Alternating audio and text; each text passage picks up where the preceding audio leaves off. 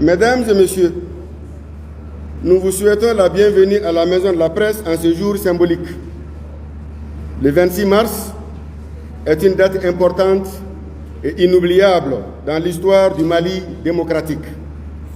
Oui, la parole de la Maison de la Presse était attendue. Elle est attendue et elle sera toujours attendue dans l'affaire Youssouf Sissoko comme dans toute autre affaire touchant la presse et ses acteurs. Seulement, que l'on comprenne que nul ne dictera à la Maison de la Presse responsable ni sa conduite, ni sa lecture, ni sa stratégie, ni son timing dans la défense des intérêts de la profession. La Maison de la Presse agira toujours en parfaite harmonie et en parfaite intelligence avec les organisations professionnelles qui la composent et qui demeurent ses bras séculiers. D'emblée, il faut féliciter l'ACEP et l'ensemble des organisations professionnelles qui se sont mobilisées depuis le début de cet incident malheureux jusqu'à maintenant. L'occasion est également appropriée de remercier toutes les personnes anonymes, sincères, qui, sans recherche de dividendes, et respectant des principes, qui ont apporté des contributions morales et matérielles à Youssouf Sissoko et à la presse en général pendant ces moments difficiles. Ensuite, il faut répondre de manière péremptoire aux donneurs de leçons, actifs sur les réseaux sociaux et obéissant parfois à des agendas dont ils sont les seuls à savoir les motivations, que la presse malienne n'est ni divisée ni timorée. Au contraire, elle est responsable, fière et digne, et se bat dans un environnement austère et même hostile, en défendant des valeurs et l'intérêt national. Nous sommes ici chez nous.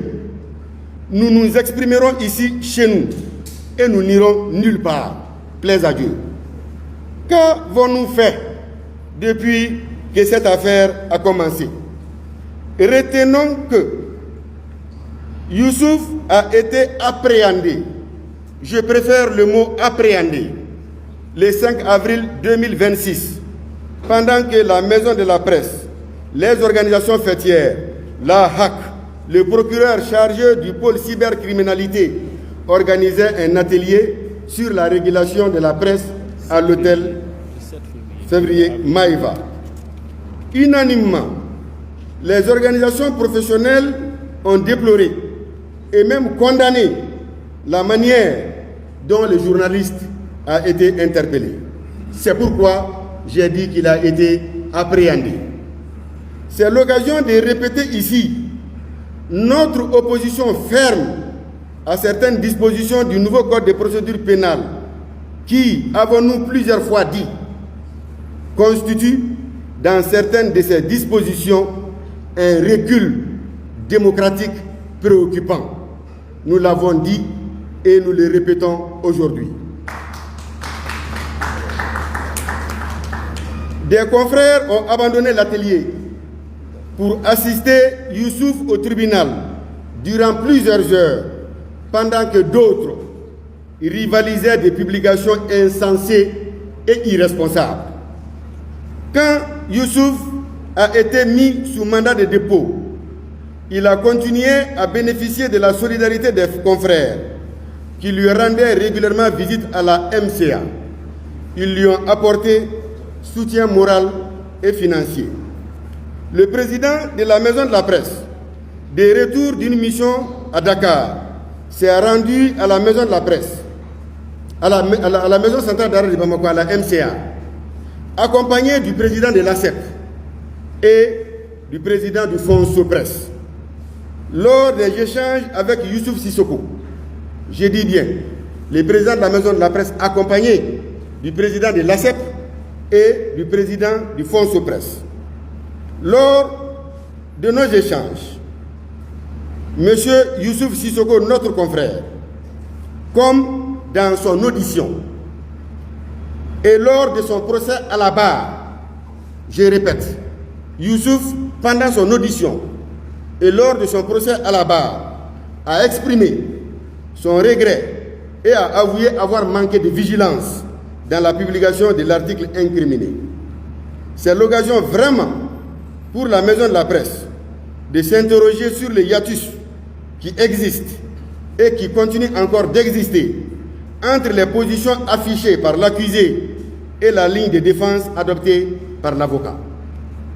La maison de la presse souhaite comprendre cette incohérence. En outre, la maison de la presse regrette l'instrumentalisation faite de cette malheureuse affaire par des narratifs étrangers qui racontent des faits qui sont différents de ce qui est dit au tribunal. Cette façon de traiter le sujet est de nature à enfoncer Youssouf Sissoko, un chef de famille qui ne souhaite que la liberté comme il l'a toujours dit. Sans trahir de secrets, la maison de la presse a continué à avoir une oreille attentive auprès du procureur, auprès du ministre de la Justice. Avec ces personnalités, le dialogue n'a jamais été rompu et ne sera jamais rompu.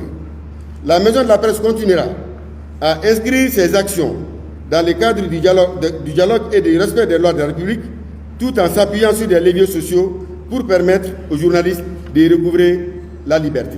En ce qui concerne le jugement rendu, la maison de la presse estime que cette peine inédite, jamais infligée à un journaliste dans le cadre de l'exercice de son travail, constitue un précédent inacceptable.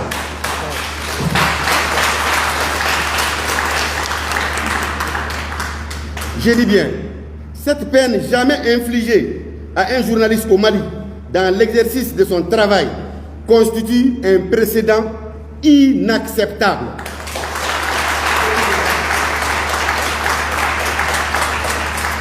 Nous en appelons à la sagesse et à la clémence du juge. C'est pourquoi la maison de la presse salue la décision de l'accusé, notre confrère, de faire appel de cette décision historique et inédite.